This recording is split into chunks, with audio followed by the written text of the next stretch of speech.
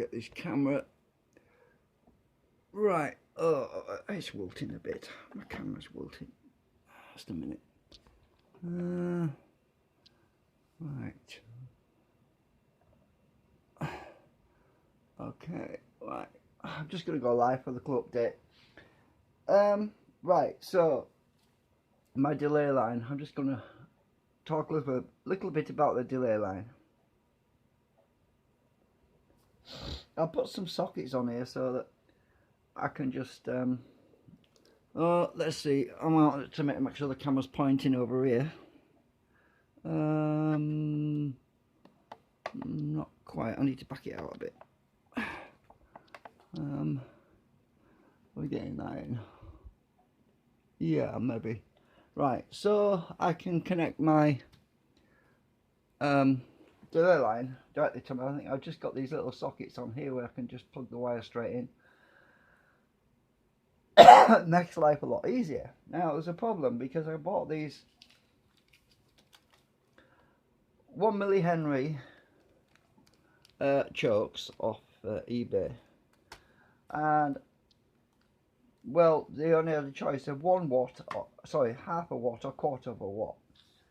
I thought, well, they're cheap, they're only £1.36 or something. So I thought, well, I'll get them. And oh, by the way, I'm full of cold, so sorry about my voice. It's a bit, yeah. So I thought I'll get them and try them. Well, there's good news and bad news. The circuit works. That's the good news. The bad news is the fact that these flipping chokes aren't strong enough, because the first one, which I put a heatsink on, guess why I put a heatsink on it? It's got a bit of tab of just a bit of tin stuff. I had to put a heatsink on it because the freaking thing was getting red hot. It was getting too hot. In fact, it started to discolour. The green colour started to go brown.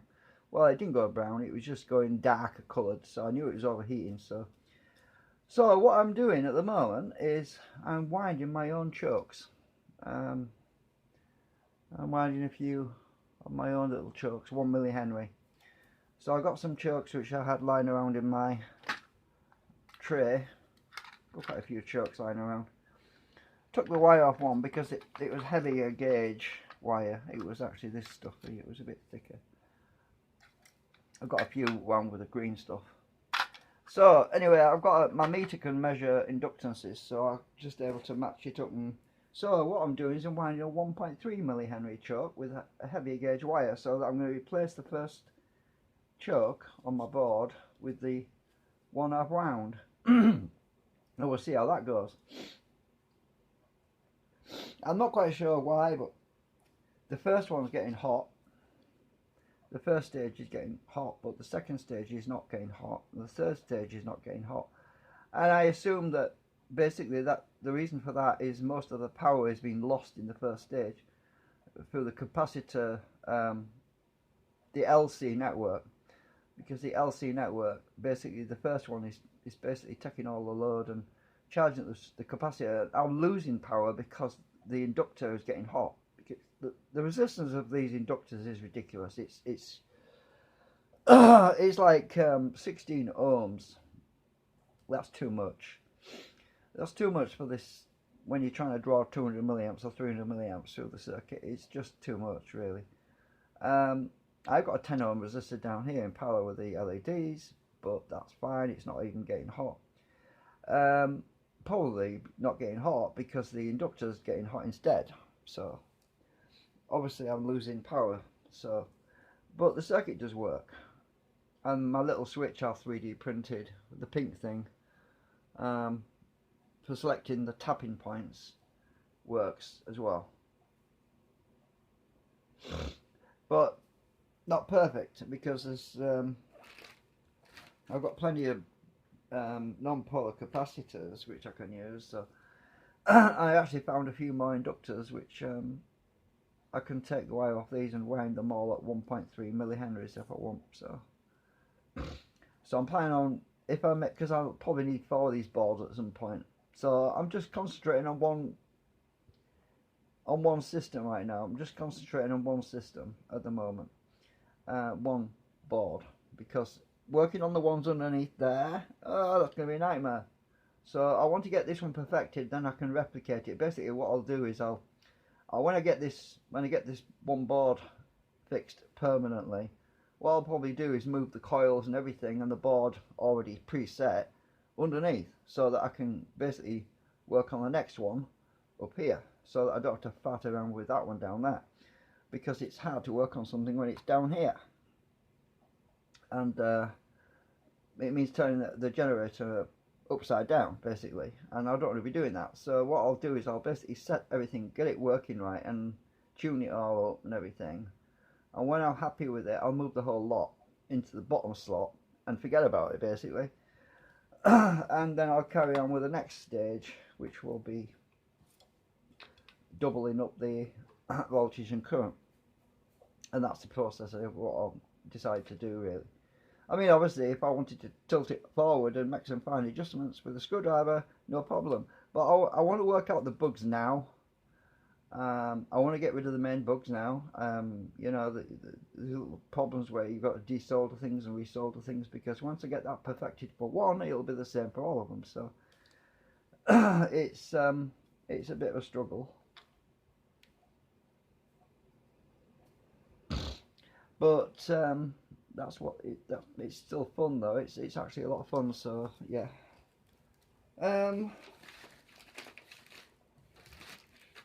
So earlier on today, in the previous video, if you go back and watch that, when I was charging the super capacitors up, I actually got 300 milliamps when I was charging at about 3, 4, 5 volts. So I think it was about 5 volts or something, 6 volts. You know, from basic bottom line. I got much more current than I normally get, and I was quite surprised about that actually. It was quite surprising really how much milliamps I was able to get out of it, and there wasn't a lot of drag either. I have been experimenting with I've been using these cells, because the other cells that are 4C that I was using previously in the other video, they were just single cells. They were just basically 1, 2, 3, 4. There wasn't pairs, and because of that, they kept running down. They kept running flat too quickly, because they're only about 1.2 amp hour, so you don't really get long. You probably get an hour. Below 800 milliamps, around 600, 700 milliamps. Yeah, I'll probably get an hour, but with having more cells here to play around with, I'll get 2 hours. So playing around with it, so that's why I've got these other cells here at the moment, because I got sick of charging them up. So I'm not going to bore you with all the soldering and desoldering and everything else, but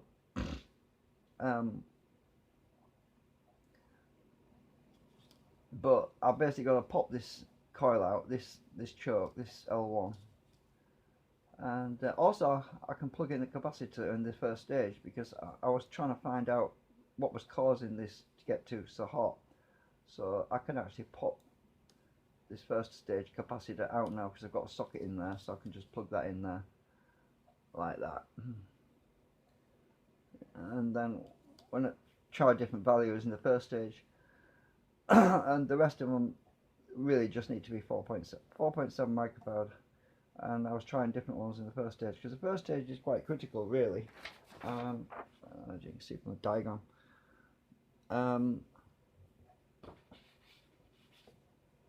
Because it's basically directly across this, in series with the other sets of coils on the generator. All of this circuit here is in series, really. You know, these connections that come in, they're actually in series with the other coils, the generator coils. So basically this completes the circuit, all of this, and it goes through here. And then it's flipped onto the exit coils on the output side to cancel the drag, which is, well, the object really. And I got my Schmidt, sorry, not my Schmidt trigger, it's a triac. I don't know what I keep saying that. Anyway, it's a triac, so I've got the triac down there, and it is asynchronous, so it's not perfect on off. And I've been actually looking at some of the YouTube videos about triacs, because they are extremely difficult to get a hold of and to understand, because they don't behave like a transistor. They're bipolar, so they can conduct in both directions, and they're very complicated. And there's all sorts of irritating little things about them. So, you know, the holding current and all that stuff, and the biasing, and how much current you need to trigger them, and everything else. It's very annoying, because when it's working on this circuit, I adjust this blue trimmer pot to get it just set right. And if you don't have enough voltage coming in, it doesn't trigger, basically. So you have to have a minimum amount of current flowing through the circuit in series, through the whole circuit, to be able to activate the triac. Otherwise the triac doesn't do anything, really. So that's the reason I've got these LEDs here, the green and yellow LED. They give me an idea if there's enough current flowing through the circuit, they're able to do the work. And you can also see the asynchronous behavior, because sometimes just the yellow LED will come on and the green one won't come on. Things like that. Anyway, that's enough talking for me, because as I say, I'm full of cold and I'm getting a very sore throat. If I can get the camera out of here. It's always a problem getting the camera out of here. Hang on. I wet my fingers. That works, I think. Right. Okay, so that's where we are at the moment. I'll try and update you again, probably in a day, so when I've got some more news, anyway.